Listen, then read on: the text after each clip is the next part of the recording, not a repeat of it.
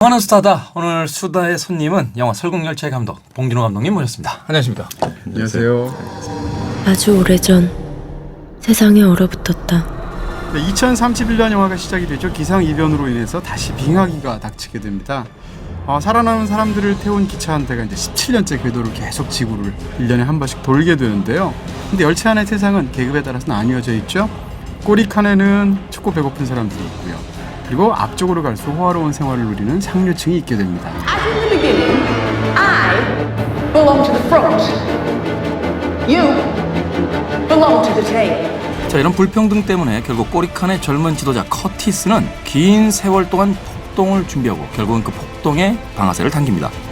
기차의 심장인 엔진을 장악하며 꼬리칸을 해방시키기 위해서 절대 권력자 윌포드가 도사리고 있는 맨 앞쪽 엔진칸을 향해 질주하기 시작하는데요.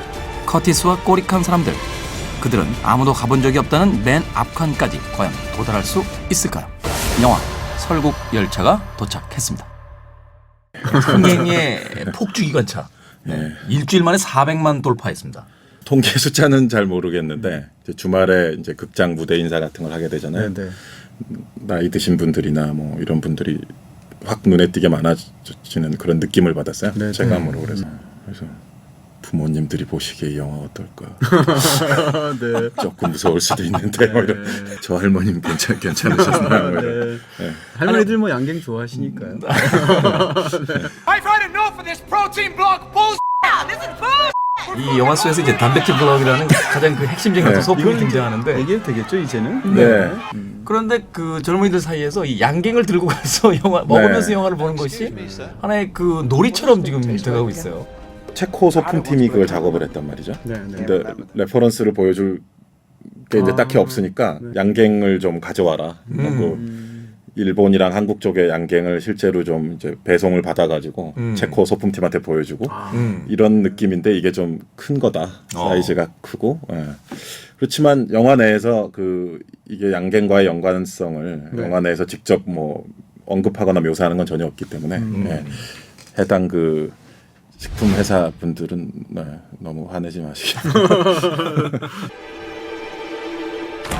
사실 그 봉준호 감독님이 뭐 비평적으로나 또는 대중적으로나 가장 많은 그리고 가장 뜨거운 그런 감독이 되신 건 이미 좀 벌써 몇 년 된 얘기고요. 그렇죠. 그 제 경우에는 진짜 이 영화를 너무 오래 기다렸던 그런 느낌이 있는데요. 그러다 영화를 딱 보게 됐어요. 보고 나서 제일 재밌었던 것 중에 하나는 얘기가 굉장히 단단하다는 겁니다.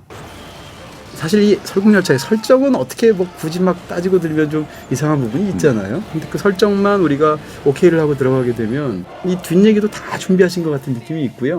사실 시나리오 작업한 기간도 꽤 길었었고요. 네. 1년 정도 시나리오를 썼었고 그래서 사실은 이 이야기를 겹겹이 이렇게 인물별 또는 상황별로 풀어내면은 사실 한 미드 16부작 그렇죠. 정도는 할 수 있는. 네. 심지어는 안에 있는 얘기를 약간 비틀어서 에러 비디오로도 만들 수 있는 스토리예요. 그렇잖아요. 네, 맞아요. 만약에 뭐 이후에 다른 작가나 감독님들이 뭐 이걸 TV 시리즈로 하건 속편을 하건 그럼 뭐 만나서 다 얘기해드릴 의향이 있고요. 저는 뭐 괴물 때도 그랬지만 속편이나 무슨 뭐 그런 거에는 관여하고 싶지는 않습니다. 그러니까 원천 기술만 보유하시는 걸로. 네. 핵심 종작. 네. 속주의 제거는 저작권 아니겠습니까? We kill him. Will. 저는 이 영화의 이제 가장 큰 강점 중에 하나가 영화를 보고 나면 뭐라고 그럴까 영화에 대해서 계속 곱씹게 만든다는 게 정말 큰 강점이라고 생각하거든요. 저도 사실 그랬었고요. 그런 측면에서 이제 이것은 무엇이냐라는 식으로 이제 굉장히 이렇게 감독님한테 해답을 구하는 것 같은 네. 그런 것들이 인터넷이나 실제 인터뷰나 무척이나 많죠. 어제 김혜자 그 마더 같이 작업했었던 이제 김혜자 선생님 모시고 가서 영화를 봤는데 네. 끝장면 보시면서 얼굴이 환해지시면서 희망이에요 이러셨거든요. 그래서 그 원래 이런 것이었는데 이렇게까지 다채롭게 해석이 여러 방향으로 될 줄은 몰랐었어요. 네네. 어쨌든 뭐 저는 뭐 즐겁습니다. Know your place. Keep your place.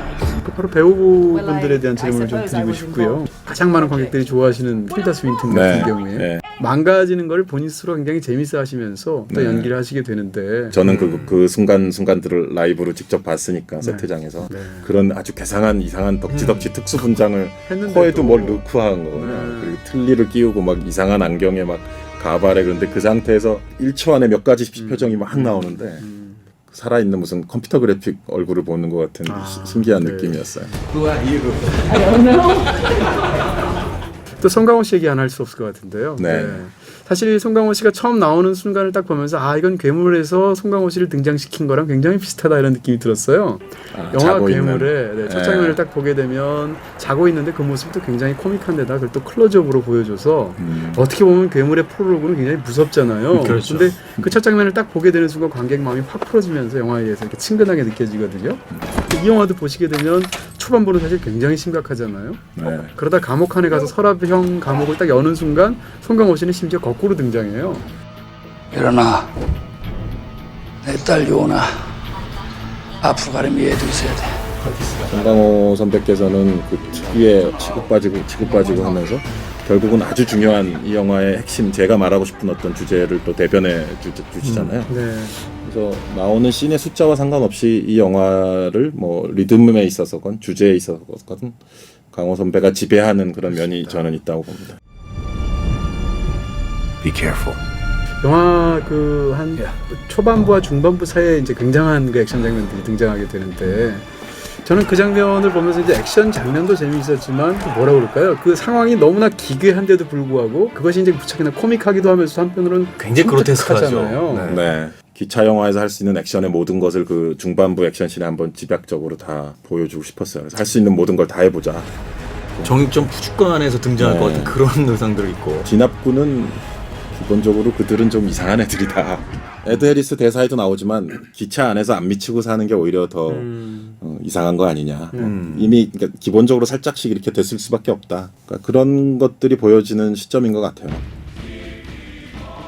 액션 이외에 이제 중반부는 어떤 재미가 있냐면 영화를 보면서 시각적으로 칸을 구경하는 재미가 있습니다. 나 이거 모르지.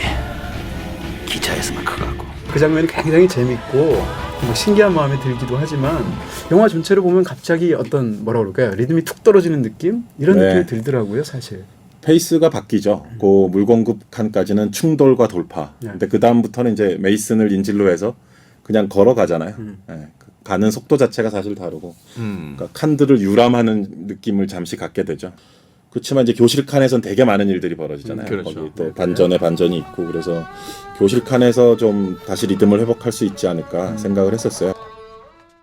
근데 영화를 다 보고 나서 든 첫 번째 느낌은 이전에 봉준호 감독님이 영화를 보면은 다 좋은 의미에서 막 몸이 뜨거워지는 느낌들이 들었었는데 이번에는 그러니까 영화는 굉장히 좋은데 차갑게 몸이 다 가라앉는 느낌이 들었다는 거죠. 근데 그걸 왜 그럴까 하고 제가 한번 생각을 해봤습니다. 근데 그 이유가 제가 생각할 때 어쨌건 영화 속의 캐릭터들이 플롯에 종속되어 있다는 느낌이 들어요. 이런 쪽에 대해서는 어떻게 느끼시는지. 맞습니다. 네, 그런 것 같습니다. 네, 체스판에서 이제 말들이 서로 어떻게 움직이는 패턴이 있는 것처럼 네네. 플롯에 종속되어 있다는 표현이 되게 정확하게 봐주신 것 같고요. 그런 식의 어떤 구조와 배치를 놓고서 이렇게 이미 해나갔던 것 같아요. 그러다 보니 아마 그렇게 꽉 그 어떤 틀 안에 가둬진 캐릭터들을 보는 느낌, 그리고 그런 등장과 퇴장도 되게 가혹할 수밖에 없고요. 네, 그런 상황이었던 것 같아요. 자, 그렇다면 피해갈 수 없는 별장과 한 줄 정리. 과연 설국열차는 어떠한 별장을 받게 될지 지금부터 만나보겠습니다. 이 영화에 대한 제 별점은 3개 반입니다. 3개 반. 다 보고 나면 끝없이 이야기 나누고 싶어진다. 진격의 설국열차. 곱씹을수록 새롭다. 비슷한 얘기네요, 저랑. 너무 이걸 많이 했더니 영화를 안